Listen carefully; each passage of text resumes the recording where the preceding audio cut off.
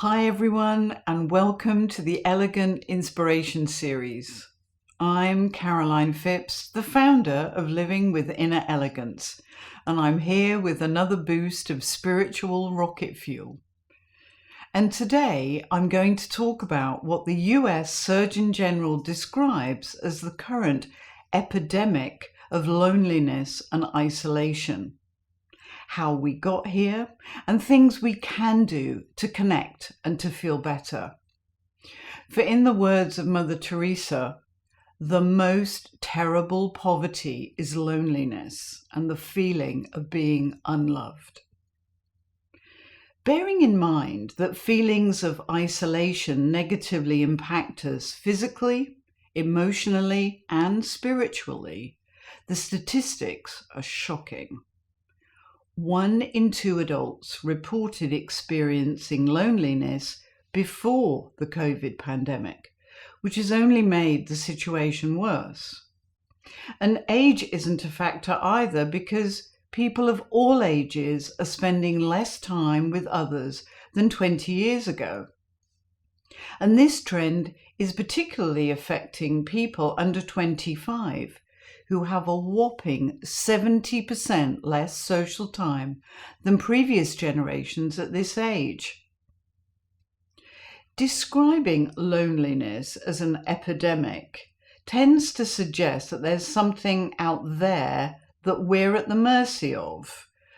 But I prefer to reframe loneliness as something that we do have control over.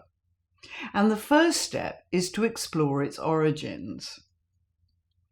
Any era of radical transformation in human history creates massive upheaval for those who live through it.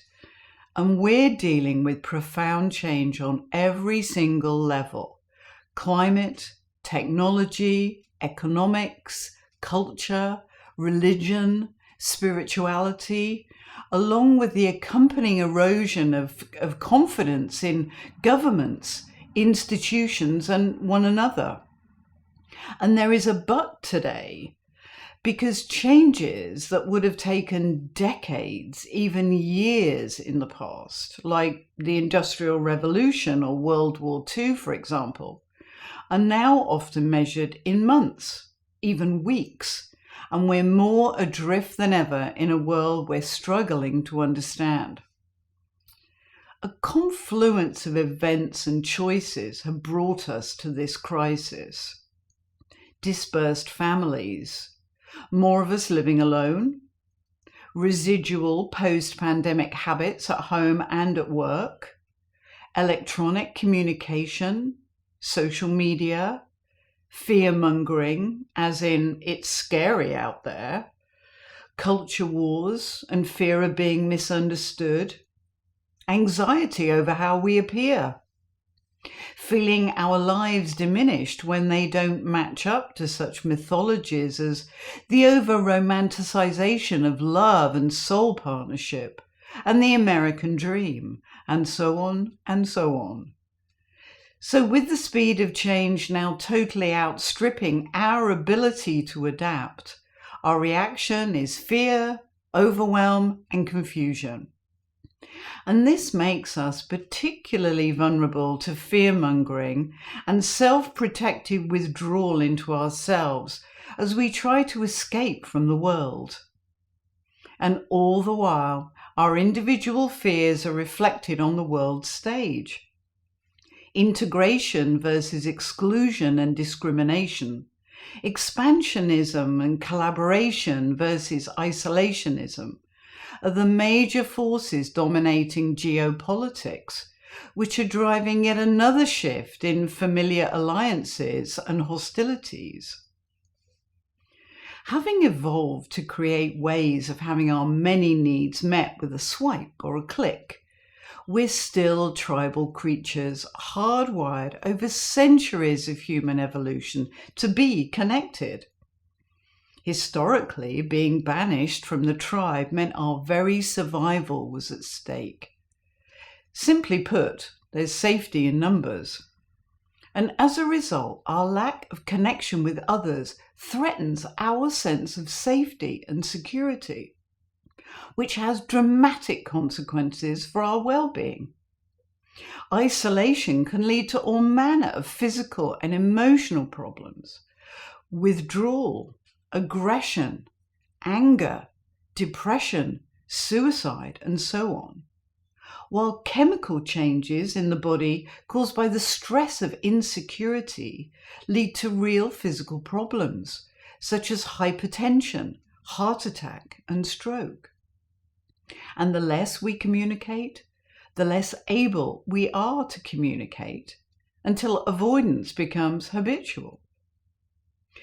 So if you're feeling in need of some comforting connection and camaraderie, now's the perfect time. Sunshine and long, light evenings are conducive to being social. Many people I know have recently taken the plunge and joined theatre groups, dance classes, community initiatives. There are so many wonderful things going on in our communities that there's something to suit everyone. And get out of your comfort zone. Even break some taboos, like looking people in the eye on the street and smiling, or striking up a conversation with a stranger. And move beyond habitual small talk into something meaningful in conversations. Cut down on mindless scrolling on your cell phone and make a call instead of text. Check in on your elderly neighbour and arrange to meet a friend. The sacred truth is that we're all in this together, and when we lose sight of that, we become unwell. So take back your power, reach out and rediscover the richness of connection, because together we will make this world a better place. It's simple, really. So thank you so much for watching. You can find out more about living with inner elegance at carolinephipps.com. And if you're interested in signing up for the newsletter or want to know more about having an elegant coaching session, send me an email, caroline@carolinephipps.com. I'd love to hear from you.